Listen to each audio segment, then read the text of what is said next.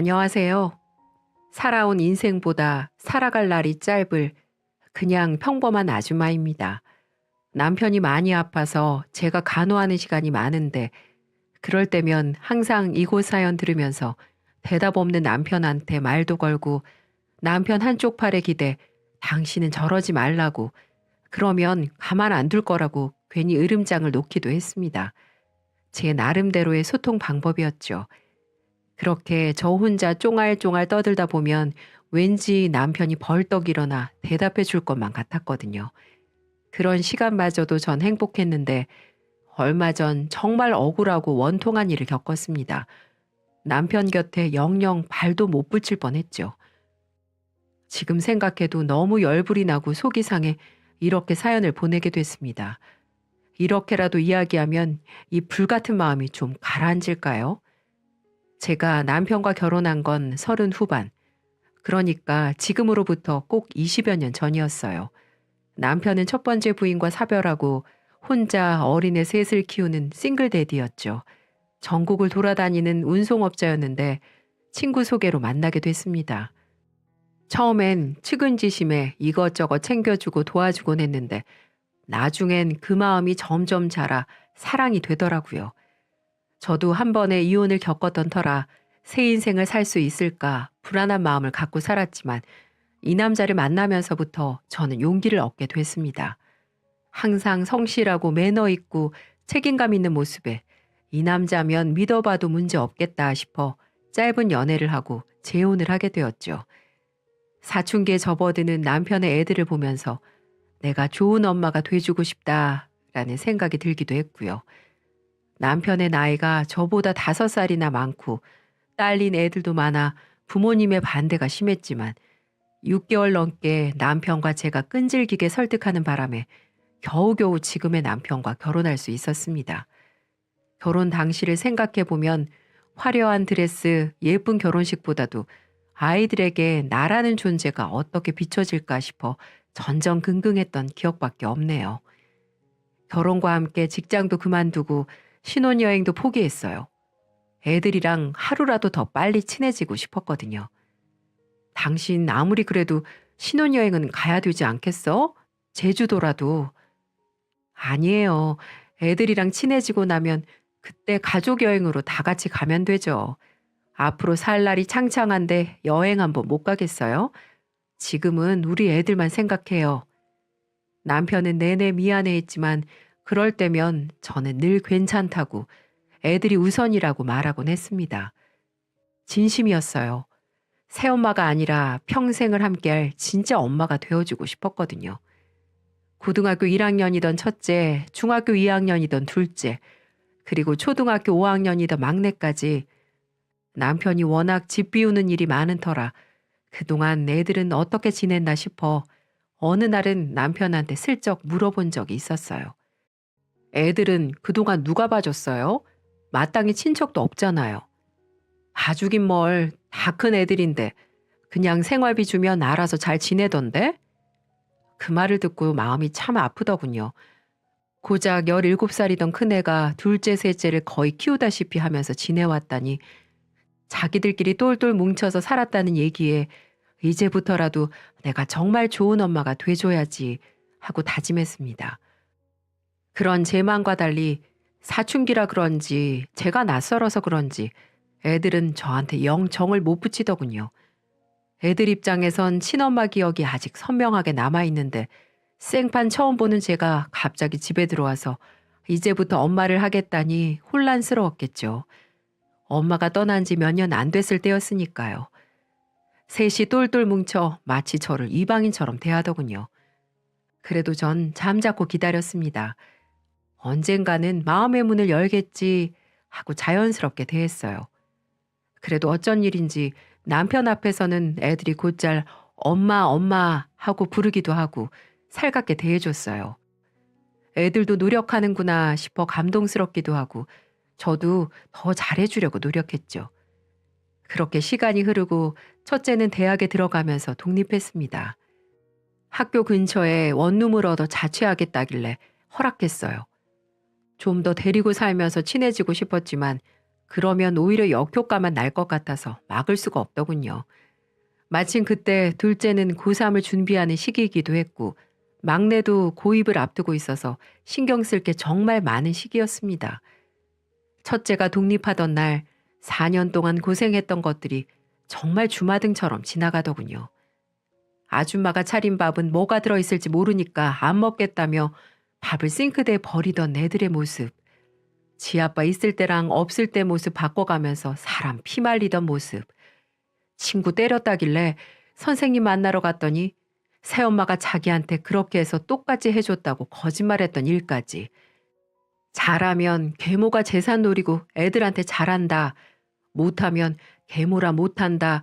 손가락질까지 받아가면서 사람들 따가운 눈총을 받던 그 시간들, 그 일들을 겪으면서 힘들었던 마음들, 서러웠던 마음들이 내심 쌓여 있었는데 독립시키면서 돌이켜보니 혹시 내가 더 잘해줄 순 없었을까 싶어 미안하고 아쉽기만 했습니다. 사실 남편은 제가 그렇게 고생하는 줄 전혀 몰랐을 거예요. 애들이 남편 앞에서는 저한테 잘하기도 했고 저도 굳이 말하지 않았거든요. 괜히 제가 그런 얘기해서 애 아빠가 애들 혼내기라도 하면 저랑 사이가 더 멀어질 것 같아서요. 그렇게 평범한 5식구로 살아온 세월이 흘러가고 재작년엔 남편 퇴직 축하 겸 저희 결혼 20주년 기념으로 여행도 갔어요. 애들이 이제 다 커서 굳이 집에서 돌봐야 할 필요도 없고 애들도 흔쾌히 다녀오라고 하더라고요. 내심 다 같이 가족 여행으로 가고 싶긴 했는데 애들 돈이느라 바쁘니 강요할 순 없었죠. 7박 8일의 제주도 여행은 정말 행복했습니다. 결혼하자마자 애들이랑 지지고 볶고 살아가느라 신혼재미 느낄 틈도 없었는데 여행 가서 둘만 남고 하니까 그제야 신혼 같은 느낌이 나더라고요. 남편도 마찬가지였던 것 같아요. 당신 지금까지 애들 키우고 내 뒷바라지 하느라 고생 많았지? 아유, 새삼스럽게 뭐 그런 말을 해요. 사실 우리 인생이라는 게 그렇잖아. 우리 나이쯤 되면 어떻게 하면 저기 저 노을처럼 예쁘게 저물 수 있을까 고민하기 마련인데 난 그런 고민이 안 돼. 당신이 있으니까. 우리 이제부터라도 예쁘게 저물어 가자. 당신도 이제 좀 편하게 살아. 그 말을 하며 남편은 예쁜 목걸이 하나를 건넸습니다. 아주 작은 보석이 달려있는 제 취향에 쏙 맞춘 심플한 디자인의 목걸이였죠. 전 그 목걸이를 목에 걸고는 주책스럽게 눈물이 줄줄 흘렀습니다. 그동안 있었던 힘든 일들을 전부 보상받는 것 같았어요. 좀 주책 맞을지도 모르지만 저희는 평생 찍을 사진을 제주도에서 다 찍었던 것 같아요. 젊은 사람들처럼 셀카도 찍고 설정샷도 찍고 가는 곳마다 사진을 남기면서 때로는 사람들의 시선을 모으기도 했어요. 젊은 사람들 눈에는 얼마나 신기해 보였을까요? 다 늙은 아저씨 아줌마가 신난다고 사진 찍고 다니고 있으니 그래도 저희는 개의치 않고 20년 전 그때처럼 서로만 생각하면서 행복한 시간을 보냈습니다. 그리고 어느덧 서울로 돌아갈 날이 되었죠. 숙소에서 일찌감치 출발했고 생각보다 공항에도 빨리 도착해서 렌트카 반납하기 전에 근처에 뭐 짧게 구경할 게 있나 하고 고민하고 있는데 세상에 한 가지 생각이 번뜩 들더군요. 지갑!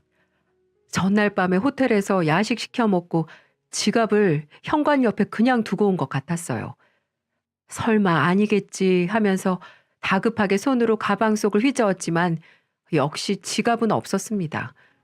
돈이나 카드 같은 거야 없어도 상관없는데 신분증이 없으면 비행기를 탈 수 없으니 큰일이었어요. 전 바로 남편한테 얘기했죠. 어떡해? 나 호텔에 지갑 놓고 왔어요. 어떡해? 비행기 시간 이제 1시간밖에 안 남았는데. 지갑? 그럼 내가 지금 빨리 갔다 올게. 당신이요? 어떡해? 그럼 같이 가요. 다행히 아직 렌트카 반납 처리 안 했으니까 빨리 갔다 오면 비행기 시간 맞출 수 있을 거야. 당신은 여기서 조금만 기다리고 있어. 내가 혼자 금방 갔다 올게. 미안해요. 에이, 괜찮아. 그럴 수도 있지. 뭘 그런 걸 가지고. 혹시 내가 늦어서 비행기 못 타면 그 핑계로 하루 더 놀다 가자고. 허허 웃는 남편 모습을 보며 전 그저 미안할 뿐이었습니다. 조심해요. 너무 빨리 달리지 말고. 알겠어. 얼른 갔다 올게. 그 말을 남기고 남편은 공항 주차장 쪽으로 후다닥 달려갔습니다. 그리고 남편은 제 지갑을 가지고 다시 제 눈앞에 나타났습니다. 피범벅이 되어 병원 응급실에 누운 채 말이죠. 한참을 기다려도 남편이 오지 않아 초조해하고 있는데 모르는 번호로 전화 한 통이 오더라고요. 왠지 느낌이 불길해 조심스럽게 전화를 받았습니다. 여보세요? 혹시 이 휴대폰 주인이랑 관계가 어떻게 되세요? 제가 부인인데요. 누구시죠? 경찰입니다. 교통사고 신고받고 출동했는데 피해자분이 의식이 없으셔서 저희가 대신 전화드렸어요. 네? 저는 정말 깜짝 놀랐죠. 경찰은 근처의 병원으로 남편을 이송할 테니 그쪽으로 오라고 말했고 전 택시를 잡아 타고 바로 그 병원으로 향했습니다. 제발 다쳐도 좋고 불구가 되어도 좋으니까 살아만 있으라고 얼마나 기도를 했는지 몰라요. 그렇게 정신없이 병원에 도착해 응급실로 뛰어들어갔더니 바로 맞은편 침대에 피칠갑을 한 채 누워있는 한 사람이 보였습니다. 제발 저 사람은 아니길, 내가 잘못 본 거길 기도하며 천천히 다가갔어요. 하지만 애석하게도 하늘은 제게 시련을 안겨주시더군요. 부상으로 인해 얼굴을 알아보기도 힘든 그 사람이 바로 제 남편이었어요. 세상 사람 다 못 알아봐도 저는 알아볼 수 있었죠. 무엇보다도 그 사람 주머니에서 삐죽 튀어나와 있는 제 지갑이 눈에 띄었어요. 저는 남편을 붙잡고 병원이 떠나가라 엉엉 울었습니다. 그러자 의사가 달려와서는 울고 있을 시간이 없다고, 생명이라도 살리려면 빨리 동의서에 사인하고 수술부터 해야 된다고 하더군요. 저는 눈물을 계속 흘리면서도 의사가 시키는 대로 사인을 했습니다. 여러 가지 수술이 동시에 들어가야 된다면서 사인도 참 많이 받더군요. 다 괜찮아요. 돈이 많이 들어도 괜찮고 전 재산을 다 써도 좋으니까 제발 이 사람 살려만 주세요. 평생 일만 하다가 이제 좀 편하게 놀러 다니면서 살 수 있게 됐는데 이렇게 보낼 순 없어요. 젊은 의사 선생님은 다급하게 움직이며 최선을 다하겠습니다. 라는 말만 남기고 남편을 수술실로 데려갔습니다. 남편이 수술받는 사이 저는 경찰을 통해 사고 당시의 상황을 간략하게 전달받았어요. 호텔에 가서 제 지갑을 찾은 남편은 공항으로 빨리 돌아오기 위해 과속을 했고 맞은편에서 오던 트럭 운전자는 운전하면서 휴대폰을 사용하고 있었다고 하더군요. 편도 2차로의 좁은 길을 지나가려던 그 두 차는 순식간에 정면으로 충돌했고 남편의 차는 범퍼가 사라지다시피 손상이 됐다더군요. 다행히 근처에 민가가 있어서 충격음을 들은 주민이 신고를 해서 그나마 병원으로 빨리 이송이 된 거라고 하더군요. 저는 하늘이 무너져 내리는 것 같았습니다. 나만 아니었으면, 내가 지갑만 챙겼으면 이런 일은 없었을 텐데, 내가 같이 갔으면 결과가 좀 달라지지 않았을까? 그렇게 수없이 많은 생각으로 제 자신을 자책했어요. 정신이 너무 없어서 애들한테 연락할 생각조차 하지 못한 채 말이죠. 그렇게 10시간이 넘는 수술이 끝나고 남편은 중환자실로 옮겨졌습니다. 저는 수술실에서 나오는 의사 선생님을 붙잡고 연신 감사하다는 인사를 전했습니다. 선생님, 감사합니다. 진짜 감사합니다. 우리 남편 살려주셔서요. 그러자 의사 선생님은 난감한 표정을 지으시더군요. 아직은 감사 인사를 받기 이릅니다. 일단 사고 당시에 시작된 출혈량이 너무 많아서 뇌에 압박이 심한 상태입니다. 최대한 피를 빼내긴 했는데 이미 압박을 많이 받은 데다가 뇌가 너무 부어 있어서 의식을 차릴 수 있으실지 지켜봐야 될 것 같습니다. 최악의 상황엔 의식을 못 찾으실 수도 있고 의식을 다시 찾으셔도 아마 예전처럼 거동하기는 조금 힘드실 거예요. 최악의 상황, 그 말만 머릿속에 맴돌았습니다. 설마 그런 일이 아무한테나 생기겠어 하는 마음이었어요. 그제서야 정신이 들었고 애들한테 연락도 했습니다. 애들아, 아빠가 좀 많이 다치셨어. 지금 제주도 병원에 있는데 당분간은 여기 있어야 될 것 같다. 네? 아빠가요? 한달음에 비행기를 타고 날아온 아이들의 얼굴을 쳐다볼 수가 없었습니다. 나 때문에 이렇게 됐다는 걸 알면 애들이 어떻게 생각할지. 뭐 의사는 괜찮대요? 중환자실 앞에서 저는 그저 죄인처럼 고개를 숙이고 있었어요. 그게 일단은 지켜봐야 된대. 의식을 찾을 수 있을지 없을지. 애들은 이상할 정도로 차분한 얼굴이었어요. 충격을 받아서 그런가 보다 싶으면서 그런 애들에게 미안해서라도 저는 악착같이 남편을 보살폈습니다. 근처에 달방을 하나 잡아놓고 병원에 왔다 갔다 하며 면회 시간마다 중환자실에 들어가 남편 몸을 구석구석 씻기고 마사지도 해주면서 한참을 지냈어요. 그 사이에 트럭 운전자랑 합의도 해야 되고 애들한테 아빠 상태도 중간중간 알려줘야 되고 정말 정신이 하나도 없었습니다. 그렇게 지나니 일반 병실로 올려 보내주더라고요. 이제 좀 나아지나 보다 싶어서 안도의 한숨을 쉬었죠. 근데 회진을 도는 의사 선생님의 표정이 썩 좋지만은 않더라고요. 선생님, 이제 우리 남편 좀 괜찮은 거죠? 근데 왜 아직 의식이 안 돌아올까요? 제가 매일매일 옆에서 말도 해주고 마사지도 해주는데 혹시 뭐 잘못된 건 아니겠죠? 그게 선생님은 한참 뜸을 들이고 나서야 입을 뗐습니다. 자발 호흡도 돌아왔고 순환도 괜찮은데 뇌가 아직도 좀 부어 있어요. 우리 좀 더 경과를 지켜보시죠. 무슨 말인지 이해를 못 하겠더라고요. 그래서 괜찮아진다는 건지 아니면 안 좋다는 건지. 왜 그런 거 있잖아요. 병원 의사들 하는 말은 이상하게 되게 어렵고 복잡한 거. 그래서 다시 물었어요. 이제 인공호흡기도 뗐고 약도 줄였으니까 괜찮은 거 아니에요? 근데 왜 의식이 안 돌아와요? 안정은 찾으셨는데 뇌 손상 때문에 의식이나 운동성이 회복되기 어려운 상태입니다. 그러면 그런 건가요? TV에 나오는 막 의식 없는 사람들 장기 기증하고 그런 뇌사랑은 다릅니다. 뇌사는 뇌 기능이 아예 멈춘 거지만 다행히 환자분은 뇌 기능이 멈추진 않았어요. 뇌가 죽어버리면 정말 가망이 없는데 다행히 그 정도는 아닙니다. 뇌 손상 때문에 의식을 못 찾고 있는 건데 종종 기적처럼 의식을 되찾는 분들도 계시곤 하세요. 기적을 바라봐야죠. 저도 최선을 다하겠습니다. 수술하던 그날처럼 의사 선생님은 최선을 다하겠다는 말만 남기고 자리를 떠났습니다. 어쩌면 의식을 되찾을 수도 있으니까, 기막힌 일이 일어난 것처럼 기적적인 일이 일어날 수도 있으니까 그 조금의 희망에 기대어 정말 열심히 남편을 간호했어요.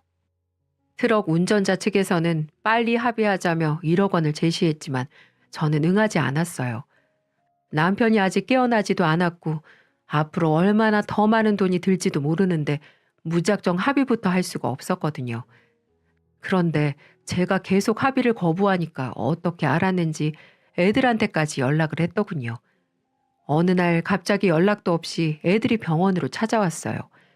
하지만 자식들의 기가 막힐 얘기들을 듣고 얼마나 눈물을 훔쳤는지 모릅니다. 저기 아버지 병실에서 그만 나가세요. 이제부터 자식들인 우리가 보살필게요. 이게 갑자기 무슨 소리야? 왜, 무슨 일 있어? 이제 아버지는 우리가 알아서 할 테니까 그쪽은 손 털고 가시라고요. 아버지가 일어나시든 아님 뒤지시든 피가 섞인 우리가 알아서 할 거니까 그만 나가시라고요. 첫째를 필두로 둘째, 그리고 믿었던 막내딸까지 무서운 눈으로 저를 노려보고 있었습니다. 아니 대체 왜 그러니? 나한테 왜 그래? 내가 너희들을 어떻게 키웠는데. 그러자 첫째 아들이 무섭게 쏘아붙였습니다. 어떻게 키우긴 날로 키웠지. 다 큰 애들 키울 게 뭐 있다고.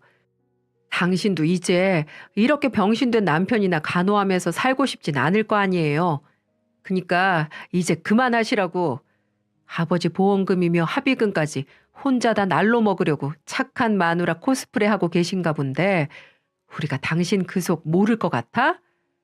첫째가 그렇게 저를 몰아붙이는 동안 둘째, 셋째는 병실에 있는 제 짐들을 싸기 시작했습니다. 저는 그러지 말라고 제발 그만두라고 울며 소리쳤지만 애들은 듣지 않았어요. 이 짐승만도 못한 새끼들. 니들이 어떻게 나한테 이럴 수가 있어? 나 니들 엄마야. 그깟 돈 다 필요 없으니까 니들 가져. 나 한 푼도 욕심 없으니까 니들 다 가지고 꺼져. 난 여기에 있을 수만 있으면 돼. 내 남편이 이러고 있는데 나보고 어딜 가라고. 엄마 같은 소리 하고 있네. 엄마 불러주니까 진짜 엄마라도 된 줄 아나? 이봐요. 착각하지 마.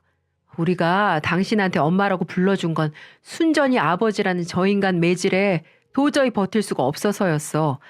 당신 말에 말대꾸라도 하는 날이면 당신 없는 사이에 우리를 개패듯 패대니 버틸 재간이 있겠어?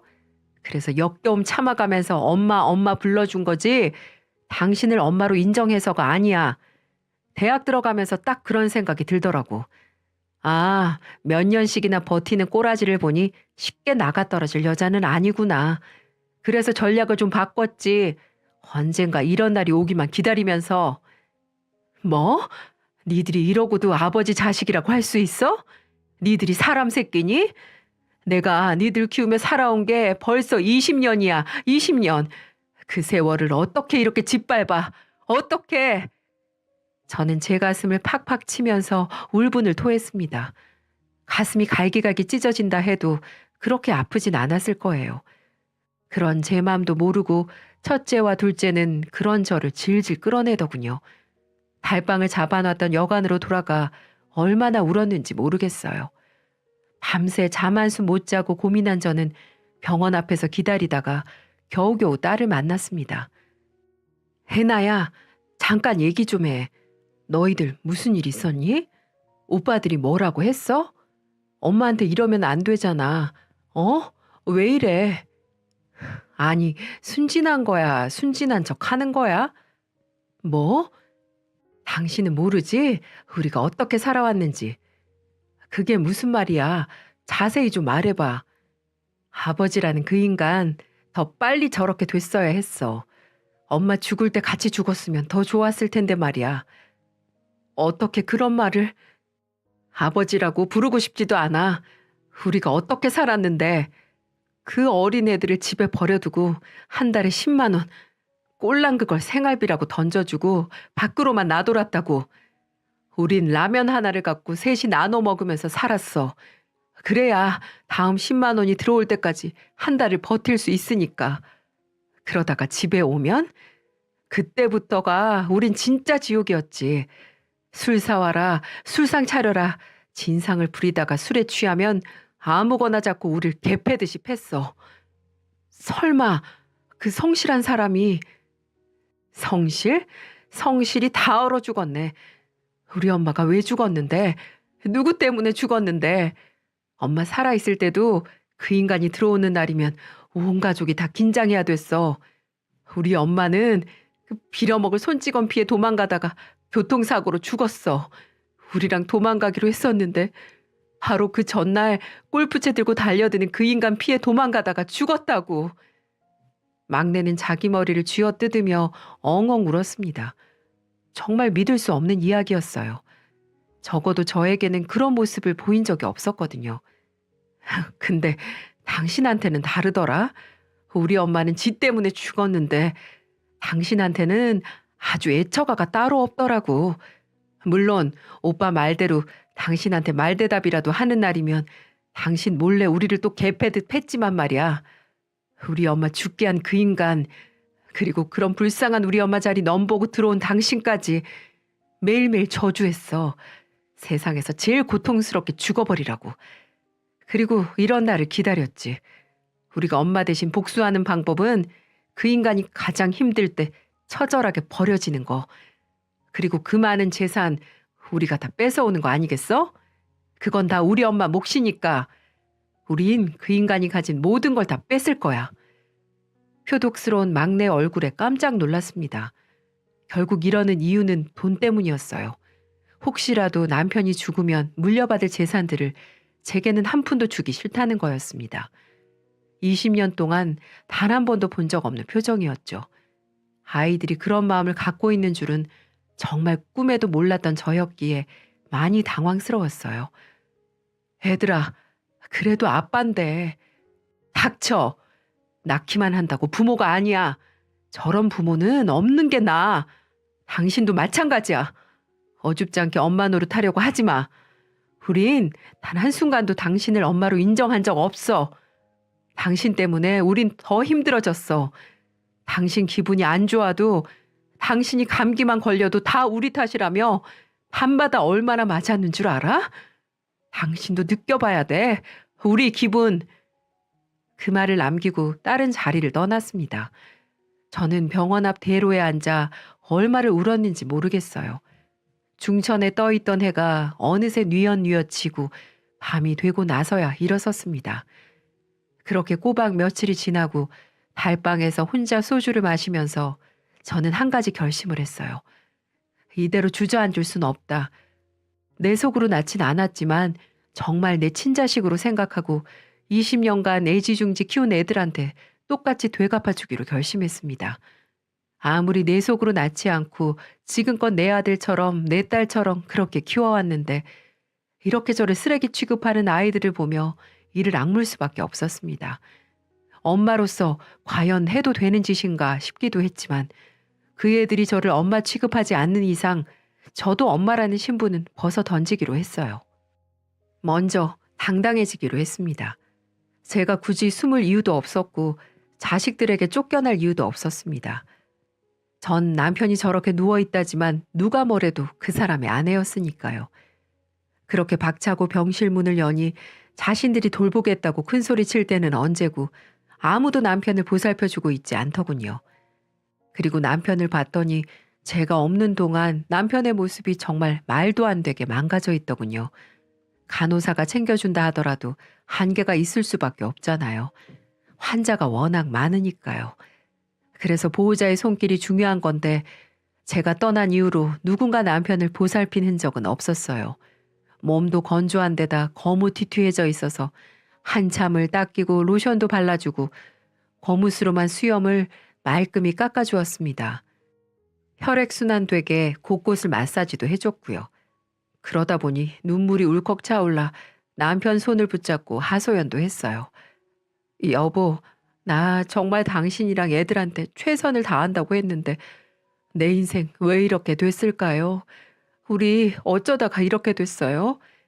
나 당신이랑 알콩달콩하게 사는 거 그거 하나 바라고 여기까지 왔는데. 그렇게 한참을 흐느끼다 보니 어느덧 1시간이 훌쩍 지나갔더군요. 저는 미리 준비해간 녹음기 하나를 침대 사이에 몰래 끼워놓고 나왔습니다. 정말 제가 없을 때 아이들이 자기 아빠를 어떻게 생각하는지, 도대체 뭐 때문에 이렇게 천인공노할 행동들을 하는지 전 알아야 했어요. 그렇게 이틀이 지났고 병실로 들어가 녹음기를 갖고 나왔습니다. 그리고 그 녹음기에 녹음되어 있는 자식들의 목소리를 듣고 충격을 받고 말았습니다. 정말 기가 막히더군요. 아니, 이 노인네는 뭔 명이 이렇게 길어? 야, 너 확실히 확인한 거 맞아? 무슨 식물인간이 이렇게 오래 살아? 혹시 의사 말대로 깨어날 수도 있다는데 깨어나는 거 아니야? 그러게 형, 귀신은 뭐하나 빨리 안 잡아가고. 그나저나 형, 요즘 사업 힘들다면서 직원들 월급도 못 주고 있다면서? 그래, 안 좋아 죽겠다. 이 양반 사고 나기 전에 너무 힘들어서 무릎 꿇고 이 형만 도와달라고 사정사정했는데 눈 하나 깜빡 안 하더라고. 벌 받은 거지. 자식 새끼 힘들다면 도와줄 줄 알아야지. 그 많은 돈 땅 속에 가져갈 것도 아니면서. 형도 그랬어? 나도 주식 투자 잘못해서 빚을 왕창 져서 좀 부탁을 했더니 네 똥 네가 치우라고 거부하더라고. 진짜 어릴 때나 지금이나 우리 자식들로 생각하는지 의문이 들더라니까. 오빠들, 진짜 아빠 죽으면 우리 다 몇 억씩 받는 거야? 그렇다니까. 보험회사 다니는 친구 시켜서 알아봤더니 보험도 아주 빵빵하게 드러났더라. 그리고 아버지 땅도 있고 현금도 아마 꽤 될걸? 하마터면 그 많은 돈을 죄다 그 여자한테 갖다 바칠 뻔했잖아. 미리 알아서 얼마나 다행이냐? 아, 그 돈 좀 미리 받을 수 없어? 합의금이라도 미리 받으면 안 돼? 전 남편이랑 이혼하고 완전 개털됐어. 나 이제 대출 안 나와서 사채까지 썼는데 도대체 돈 언제 나와? 이러다가 내 명품백 죄다 중고장터 나가게 생겼어. 야, 조용히 해. 너만 힘들어? 형이랑 나도 힘들어.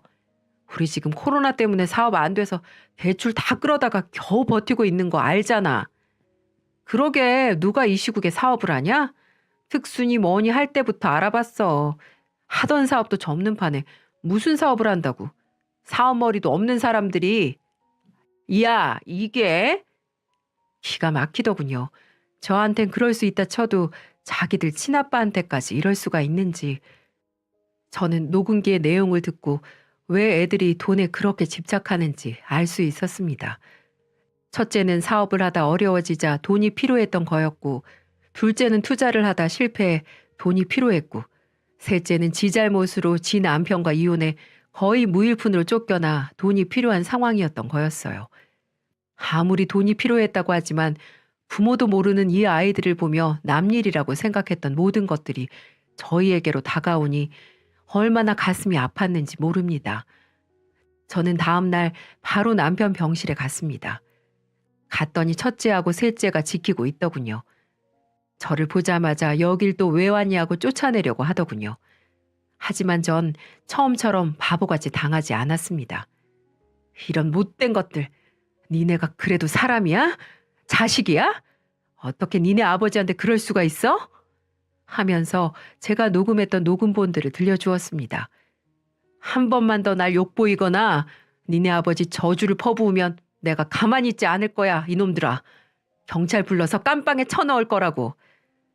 그렇게 병원이 떠나갈 때 소리를 지르자 그 아이들은 얼굴이 하얗게 질려 병실 문을 나갔습니다. 아유, 진짜. 이런 것도 언제 녹음하셨대? 그래요. 잘 됐네요. 우리도 서울에서 왔다 갔다 하기 힘들었는데 아버지 혹시 깨어나거나 뒤지면 연락하슈. 그 말을 남긴 채 떠난 후 한동안 그 아들은 지 아버지가 이렇게 누워있는데도 오지 않았습니다. 그렇게 전 그날 이후부터 혼자서 극진히 간호했습니다. 서울 병원으로 옮기고 싶었지만 남편 상태가 좋지 않아 제주도에서 병원 치료를 받았고 의사 말로는 서울로 병원으로 옮겨도 크게 달라질 건 없다고 했어요. 남편이 혹시라도 깨어나면 그때 옮겨도 늦지 않다고 했습니다. 그래서 전 그때부터 남편이 심심하지 않게 책도 읽어주고 음악도 들려주고 발톱도 깎아주며 최대한 남편이 혼자가 아니라는 걸 머릿속에 심어주었습니다. 당신 곁에는 당신 마누라 내가 지키고 있다는 것을요. 그렇게 얼마나 지났을까요? 평소처럼 남편을 보살피고 있는데 갑자기 경찰서에서 연락이 왔습니다. 혹시 최진철 씨 그리고 최순철 씨 어머님 되십니까? 네, 맞는데요. 여기 경찰서인데요. 여기로 좀 오셔야 될 것 같습니다만 아드님들이 문서 위조해서 대출을 받으려다가 발각돼서 여기에 잡혀 들어오게 됐어요. 뭐 이런 내용이었습니다.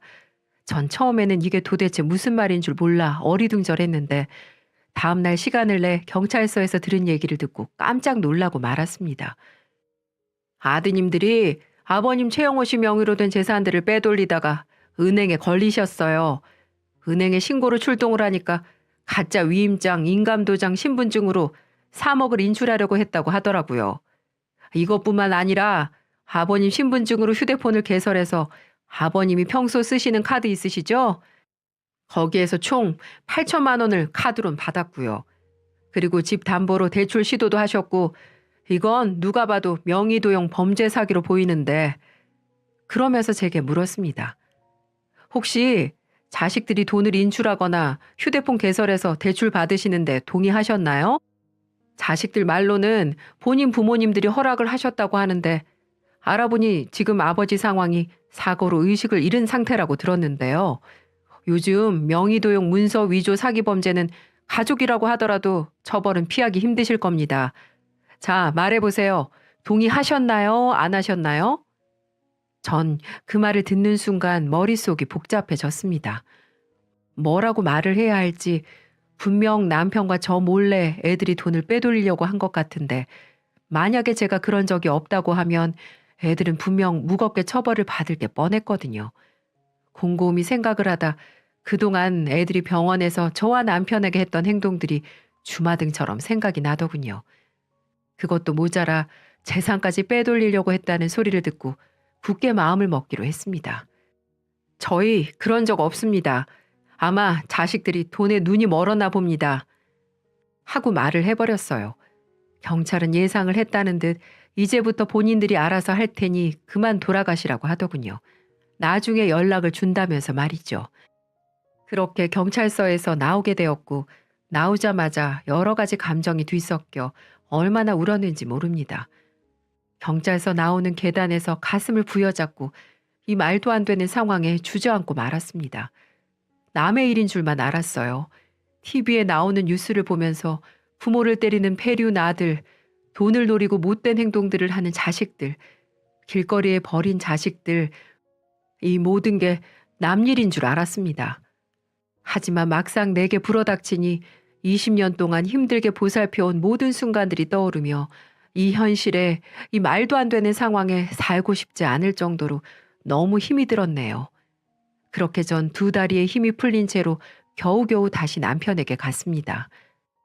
남편 얼굴을 어루만지며 제발 돌아와 달라고 나 너무 힘들다고 말하며 그대로 잠이 들기도 했네요. 그렇게 전 그 이후로도 매일을 눈물로 남편 곁을 지켰습니다. 정말 잠도 줄여가며 지극정성으로 보살폈어요. 그렇게 두 달이 지난 어느 날 하늘에서 제 기도에 응답해 주신 걸까요? 제게 기적 같은 일이 찾아왔습니다. 여느 때처럼 남편의 손을 잡고 주물러주고 있는데 순간 뭔가 움찔하는 느낌이 들더라고요. 저는 뭐지? 싶어서 손을 멈추고 잠시 기다려봤어요. 그랬더니 약한 힘이 남아 남편이 손에 힘을 주고 있다는 게 느껴졌습니다. 그리고 아주 천천히 그의 눈이 떠지더군요. 저는 깜짝 놀라 곧바로 호출벨을 눌렀고 간호사의 보고를 받은 의사가 바로 내려와 남편을 진찰했어요. 사고가 났던 때보다 더 많은 검사들을 했던 것 같아요. 저는 초조하게 그 결과를 기다리고 있었죠.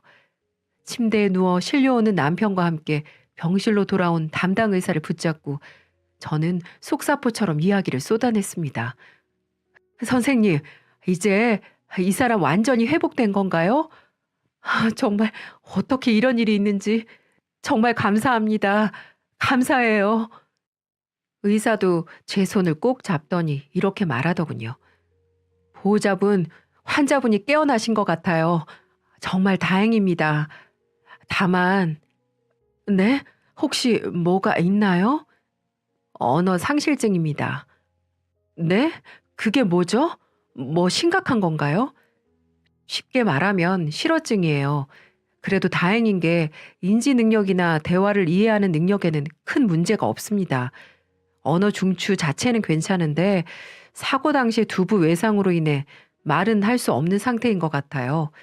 오랫동안 의식이 없으셨다 보니 팔 근육이 약해져서 당장 필담을 나누긴 조금 어려운데 재활치료 병행하다 보면 필담으로 대화도 충분히 가능하실 거예요. 그동안 마음고생 많으셨습니다. 이제 한시름 놓고 같이 노력해 보시죠. 처음으로 빙그레 웃는 의사 표정에 정말 마음이 놓였습니다. 비록 제 말에 맞장구 치고 같이 수다를 떨지 못했지만 단어 카드를 만들어서 조금씩 대화를 시작했어요.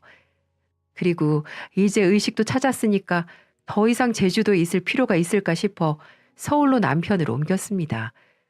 서울에 있는 대학병원에서 다시 한번 정밀 검사를 받고 한동안 입원해 재활치료 받으면서 남편의 상태는 눈에 띄게 많이 좋아졌죠. 초등학생 같은 글씨이긴 했지만 조금씩 글을 쓰면서 필담도 나눌 수 있었어요. 그 사이 애들은 경찰 조사, 검찰 조사를 받았고 사문서 위조, 명의 도용, 사기 등으로 재판에 넘겨진 상태였습니다. 저는 어렵게 남편에게 이야기를 꺼냈어요. 그동안 있었던 모든 일들에 대해서요. 그러자 남편은 눈물을 흘리더군요. 마치 본인 때문에 아이들이 그렇게 됐다고 생각하는 듯 보였어요.